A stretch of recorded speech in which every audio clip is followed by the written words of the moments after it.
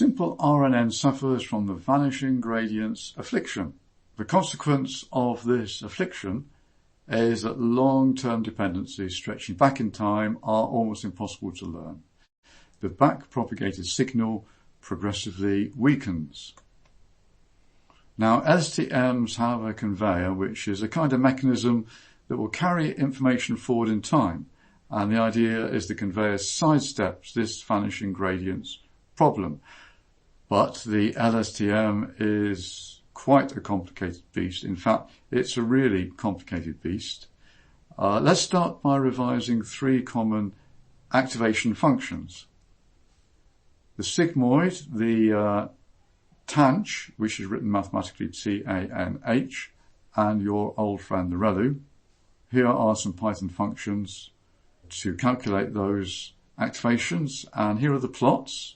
This is the sigmoid, and we see it varies between 0 and 1 with a crossover round about 0, input 0. And the TANH, this varies between -1 and 1 with a crossover quite sharp around input 0. And of course ReLU, you know and love, looks like that. Okay, so we have to talk about something called a gate. Now, a gate arises if we might want to turn an RNN off or on. So to turn something on or off, we could just multiply the activation by a binary switch and call that switch delta. So if delta is 0, delta times k is zeroed out, and if delta is 1, then the activation just passes through the switch unchanged. Okay, and the switch maybe should have its own trainable parameters so that it can learn to be on or off, just like anything else in neural networks. But backpropagation requires differentiability. And the switch, therefore, really should be continuous. We can't just jump from 0 to 1 because that's not a differentiable function. So the equivalent to a switch is a gate, and a gate can be half closed or quarter closed or a third closed or fully closed or whatever. It's a continuous function.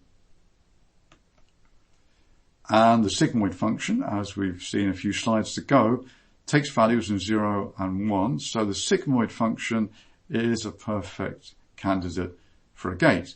So a gated RNN is a sigmoid times the RNN output k. And the sigmoid has to depend on something. It's depending on something called Z. But what is Z? We might want, because we are processing all these sequences, the state of the gate, whether it's on or off or somewhere in between, we might want this state to depend on the current input and the past activations. So Z should be rather like our recurrent neural network. It's composed of W.X, where X is the input, plus U.A, where A is the previous activation, plus the bias.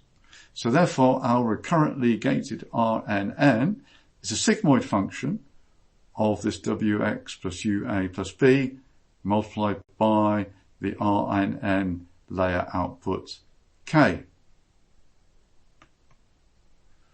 Well, that was quite a lot to take in. I'm afraid there's still more to come, and in some ways it gets even worse, so please hang in there.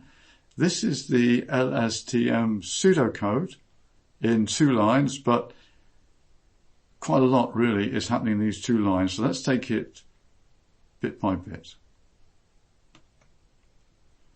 So, the memory is the gated previous memory plus the gated simple RNN, and the output is a gated TANH of the memory. Right, so output T and previous output, these are just the current and previous LSTM layer outputs.